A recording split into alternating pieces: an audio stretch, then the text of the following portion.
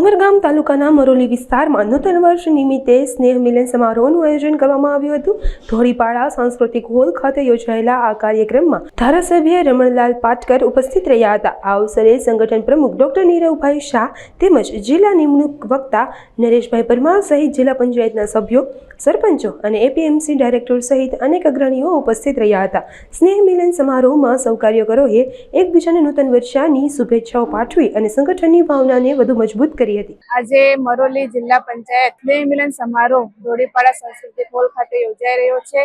આ સ્નેહ મિલનમાં 7 ગામના દરેક સરપંચે ઉપસ્થિત રહ્યા, સાથે દરેક ગામના કાર્યકર ભાઈઓ બહેનો મોટી સંખ્યામાં ઉપસ્થિત રહી આ સ્નેહ મિલનને સફળ બનાવ્યો।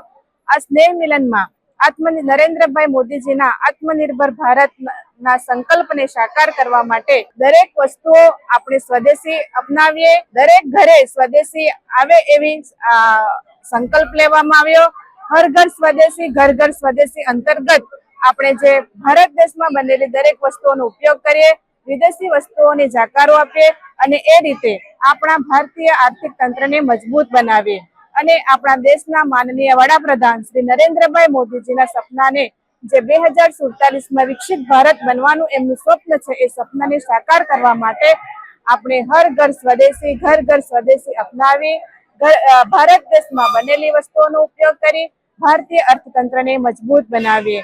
આજે આપણે જોઈએ છીએ આપણા માનનીય દેશના વડાપ્રધાન શ્રી નરેન્દ્રભાઈ મોદીજીએ ભારત દેશને આગળ વધારવા અનેક યોજનાઓ બહાર પાડી છે। એમની યોજનાઓમાં દરેક વર્ગના નાના મોટા લોકો સમાનતા રાખી છે, મહિલાઓને પણ એમણે કેન્દ્રબિંદુમાં રાખી આગળ લાવવાનો પ્રયત્ન કર્યો છે અને આજની નારી શક્તિ આગળ આવી સશક્ત બની રહી છે અને દરેક ક્ષેત્રમાં પોતાનો વિકાસ કરી રહી છે। સાથે જ દરેક ક્ષેત્રમાં એમણે વિકાસની ગતિને તેજ બનાવી છે અને એ રીતે આજે આપણો ભારત દેશ વિકાસની દ્રષ્ટિએ ખૂબ જ આગળ વધી રહ્યો છે।